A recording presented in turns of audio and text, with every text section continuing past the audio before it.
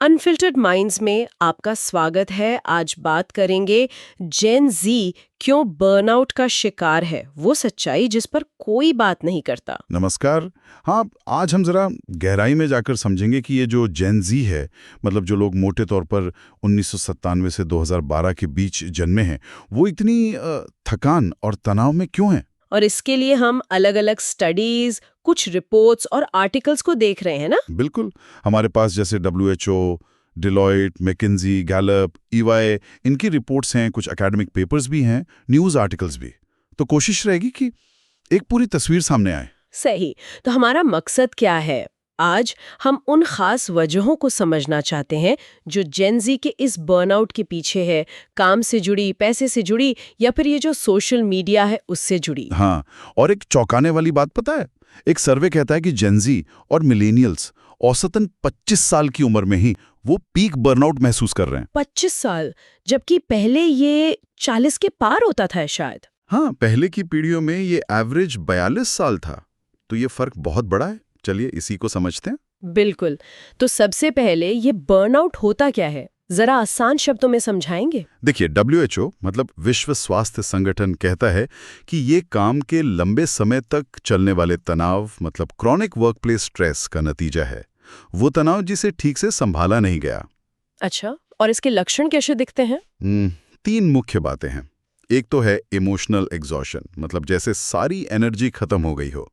दूसरा डीपर्सनलाइजेशन, यानी अपने काम से कटा हुआ महसूस करना, उदासीन हो जाना। हम्म। और तीसरा है काम करने की क्षमता में कमी, मतलब मोटिवेशन नहीं रहता, प्रोडक्टिविटी गिर जाती है।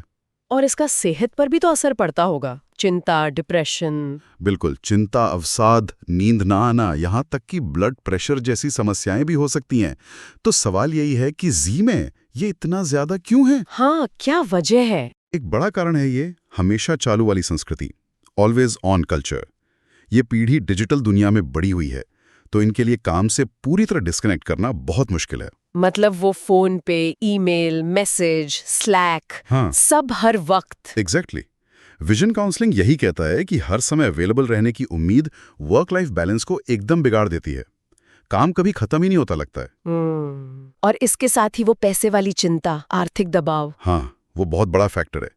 EY की एक ताज़ा स्टडी है 2023 की। उसमें 60% से ज़्यादा जेन ज़ेड अपनी आर्थिक स्थिरता को लेकर फिक्रमंद हैं। 60%? हाँ, और 31% से भी कम है जो खुद को आर्थिक रूप से सुरक्षित महसूस करते हैं। आधे से ज़्यादा तो पैसे की कमी को लेकर बहुत या बहुत ही ज़्यादा चिंतित हैं। और महंगाई बढ़ रही है, लोन है, घर का खर्चा। हाँ, न्यूज़वीक में भी शायद इस पर कुछ था। बिल्कुल। न्यूज़वीक का एक विश्लेषण था कि कैसे रहने का खर्चा आसमान छू रहा है, पर सैलरी उतनी तेजी से नहीं बढ़ी।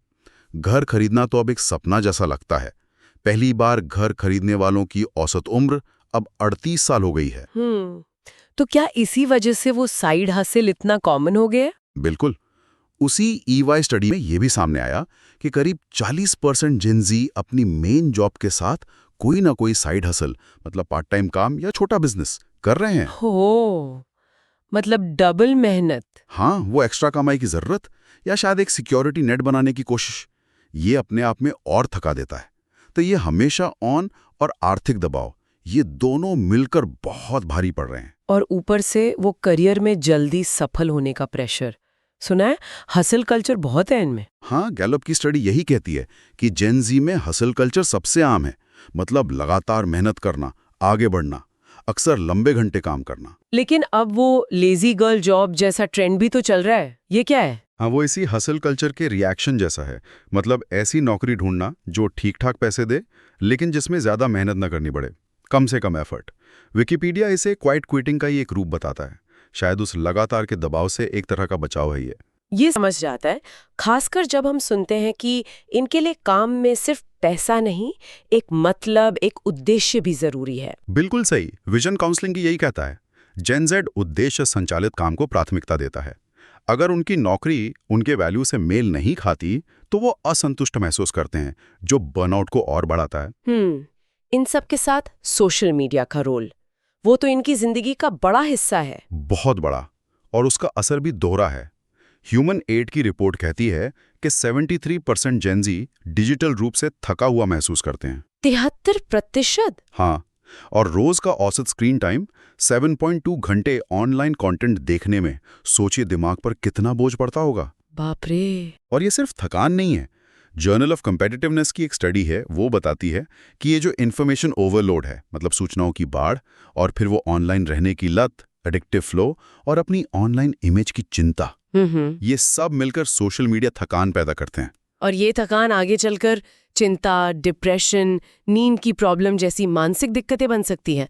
स्पेक्ट्रम न्यूज़ ने भी इस तरफ इशारा किया है। और एक और बात थी ह्यूमन8 की रिपोर्ट में कि 62% को गहरे रिश्ते बनाने में मुश्किल होती है। वो असल दुनिया में कनेक्शन चाहते हैं, मतलब ऑनलाइन इतने जुड़े हैं फिर भी अकेलापन। हाँ, ये विरोधाभास है। कनेक्शन तो है पर शायद वो गहराई नहीं है।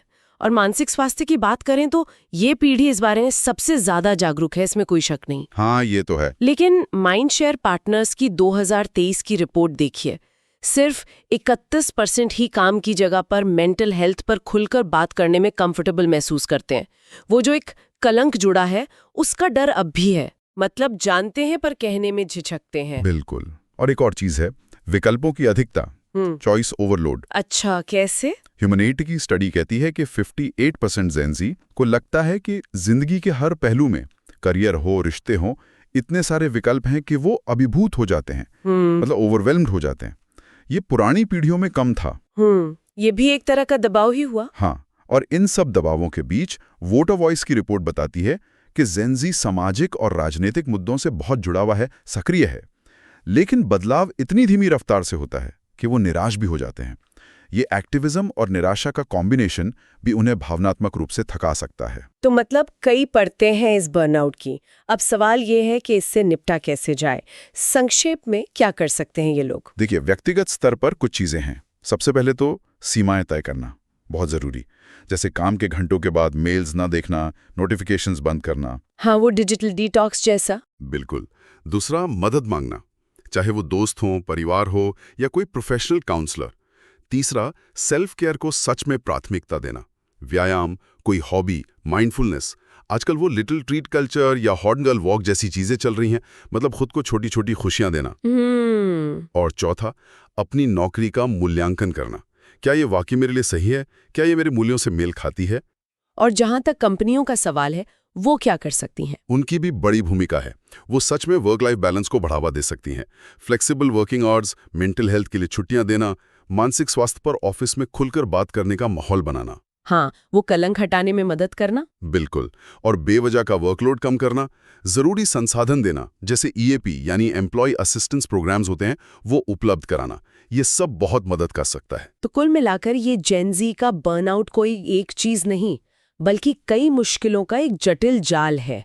लगातार बना रहने वाला आर्थिक दबाव, ये डिजिटल दुनिया जो कभी सोती नहीं, सफलता का भारी बोझ, सोशल मीडिया का अच्छा बुरा असर और कभी-कभी काम से वो जुड़ाव महसूस न कर पाना। बिल्कुल सही कहा।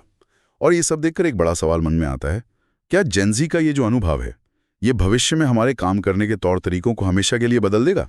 या फिर ये पीढ़ी इन चुनौतियों से जूझकर, इनसे सीखकर और ज्यादा मजबूत बनकर उभरेगी और शायद आने वाली पीढ़ियों के लिए एक अलग, एक बेहतर वर्क कल्चर तैयार करेगी? इस पर सोचना जरूरी है।